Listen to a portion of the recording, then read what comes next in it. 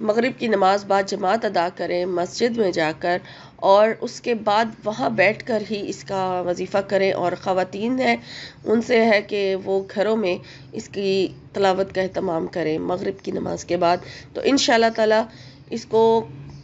کچھ ہی دن پڑھنے سے آپ کو اس کی فضیلتیں جو ہیں وہ معلوم ہو جائیں گی کہ رزق جو ہے، جو تنگی ہے وہ آپ کی دور ہونا شروع ہو گئی ہے، اور آپ کی آمدنی میں اضافہ بھی ہوگا اور برکت بھی ہو جائے گی۔ آپ نے مغرب کی نماز کے بعد سورہ الکوثر کو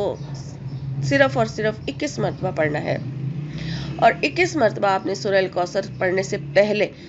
درود ابراہیمی بھی پڑھنا ہے 21 مرتبہ، اور پھر جب آپ سورہ الکوثر 21 مرتبہ پڑھ لیں تو اس کے بعد بھی آپ نے 21 مرتبہ ہی درود ابراہیمی جو ہے وہ پڑھنا ہے، اس کی تلاوت جو ہے سورہ الکوثر کی تلاوت کرنے کے بعد۔ اب بسم اللہ الرحمن الرحیم کا ہے کہ ہر بار بسم اللہ الرحمن الرحیم پڑھ سکتے ہیں تو ضرور پڑھیں، لیکن اگر شروع میں ایک بار بھی پڑھ لیں گے تو ٹھیک ہے۔ اور اپنے رزق میں اضافے کی، اپنی آمدنی میں اضافے کی اللہ تعالیٰ سے دعا کریں۔ اور جو لوگ بہت زیادہ رزق کی تنگی میں مبتلا ہے، بہت زیادہ مصیبتوں کے پہاڑ ان پر ٹوٹے ہوئے ہیں، مشکلات میں گھرے ہوئے ہیں، کسی قسم کی بھی مشکل ہے اور اس سے نجات حاصل کرنا چاہتے ہیں، تو وہ سورہ الکوثر کی تلاوت 5 نمازوں کے ساتھ اسی طرح سے کریں گے۔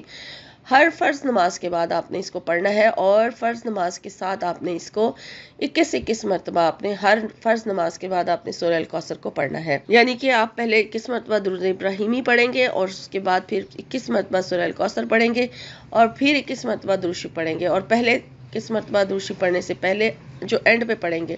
اس سے پہلے اپنی دعا جو ہے وہ آپ مانگ لیں۔ جب بھی کوئی وظیفہ کیا جاتا ہے تو اس کے بعد جب تک دعا نہیں مانگی جاتی تب تک وظیفے میں اثر نہیں ہوتا، کیونکہ وظیفہ جو ہے وہ ہم خالص اللہ کی رضا کے لیے کرتے ہیں،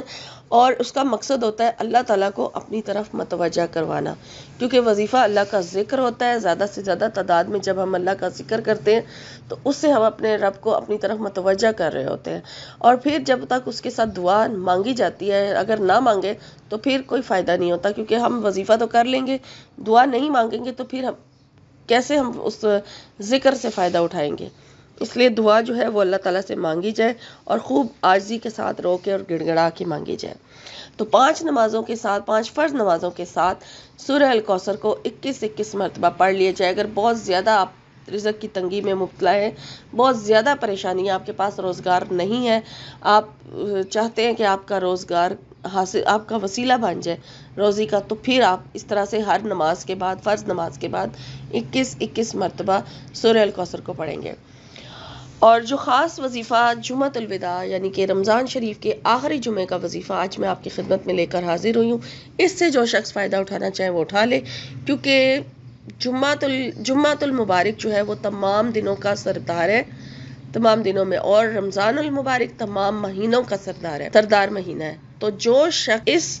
آخری جمعے میں سورہ الکوثر کو پڑھ کے فائدہ اٹھانا چاہے اٹھا لے، کیونکہ پھر پتہ نہیں یہ جمعہ ہمارے نصیب میں ہوگا یا نہیں ہوگا، جو رمضان شریف کا آخری جمعہ ہے۔ تو آپ اس دن کس طرح سے سورہ الکوثر کو پڑھیں گے وہ اب آپ نوٹ کر لیجئے، کیونکہ جمعہ کے دن کہا جاتا ہے کہ کوئی نہ کوئی ایک گھڑی ایسی ہوتی ہے جو دعا کی قبولیت کی گھڑی ہوتی ہے، اس دن لازمی جو بھی دعا مانگی جائے گی وہ لازمی قبول ہوگی، اور وہ گھڑی جو ہے وہ عصر کی نماز کے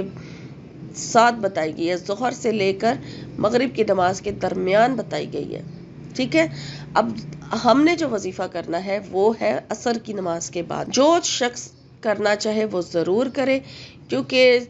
عصر کی نماز کے بعد سورہ الکوثر کو جب آپ پڑھیں گے اس ٹائم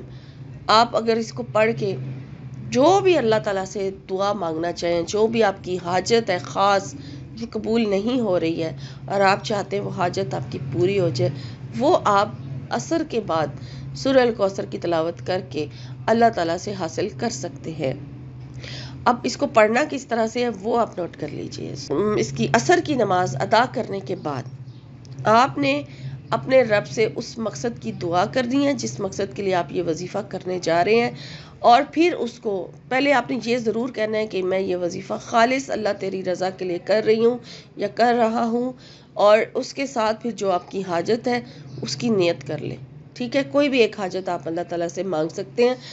اور ایک ہی جمعہ ہے، ظاہر آخری جمعہ ہے، جمعۃ الوداع کا وظیفہ ہے، تو آپ اس کو ایک ہی جمعہ کریں گے۔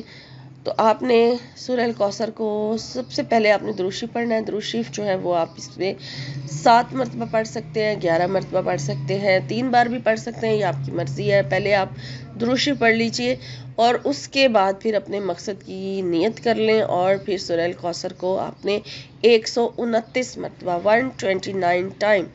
آپ نے پڑھنا ہے۔ ایک بار بسم اللہ الرحمن الرحیم پڑھ لیں، پھر 129 مرتبہ سورہ الکوثر کی تلاوت کریں، اور اس کے بعد پھر اپنے مقصد کی دعا مانگیں۔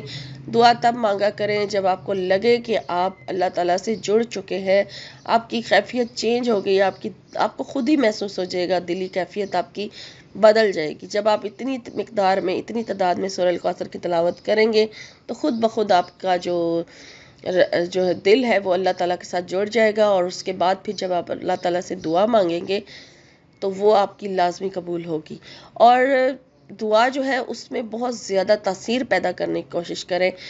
آپ نے بہت زیادہ رو کے گڑ گڑا کے اپنے رب سے وہ حاجت طلب کریں جو آپ کی قبول نہیں ہو رہی۔ فائدہ اٹھا لیں جس نے اٹھانا ہے ضرور، کیونکہ پھر پتہ نہیں ہمیں کب یہ گھڑی نصیب ہو دوبارہ۔ تو اس لیے سورہ الکوثر کو 129 مرتبہ جمعہ کے دن، جمعۃ الوداع، آخری جمعہ رمضان شریف کا، تو پھر اس دن یہ وظیفہ کر کے اپنے رب سے اپنی اس حاجت کو مانگ لیں، حاصل کر لیں، لے لیں وہ چیز جو آپ اللہ تعالیٰ سے لینا چاہتے ہیں، مانگ لیں۔ اور 129 مرتبہ پھر اسی طرح سے سورہ الکوثر پڑھنے کے بعد، دعا مانگنے کے بعد، پھر جتنی تعداد میں آپ نے شروع میں درود شریف پڑھا تھا اتنی تعداد میں آپ پھر سورہ الکوثر پڑھیں، درود شریف پڑھیں، اور آمین کہہ کے چہرے پر ہاتھ پھیر لیں، اور اس طرح سے آپ کا یہ جمعہ کا جو وظیفہ ہے یہ پورا ہو جائے گا۔ تو یہ تھی آج کی ویڈیو، آج کا وظیفہ، اور میں اللہ تعالیٰ سے دعا کرتی ہوں کہ اللہ پاک آپ کو اس وظیفے کو کرنے کی توفیق عطا فرمائے، اور اس میں اللہ تعالیٰ آپ کے لیے قبولیت، جو دعا اللہ تعالیٰ سے آپ مانگے اس کو قبولیت کا شرف حاصل ہو۔ اور آپ سے اجازت چاہوں گی، اپنا اور اپنے تمام پیاروں کا خیال رکھیے، اور تمام امت مسلمہ کو اپنی خصوصی دعاؤں میں یاد رکھیں، اور انشاءاللہ ایک نئے وظیفے کے ساتھ ایک نئی ویڈیو میں آپ کی خدمت میں حاضر ہوں گی۔ اللہ حافظ۔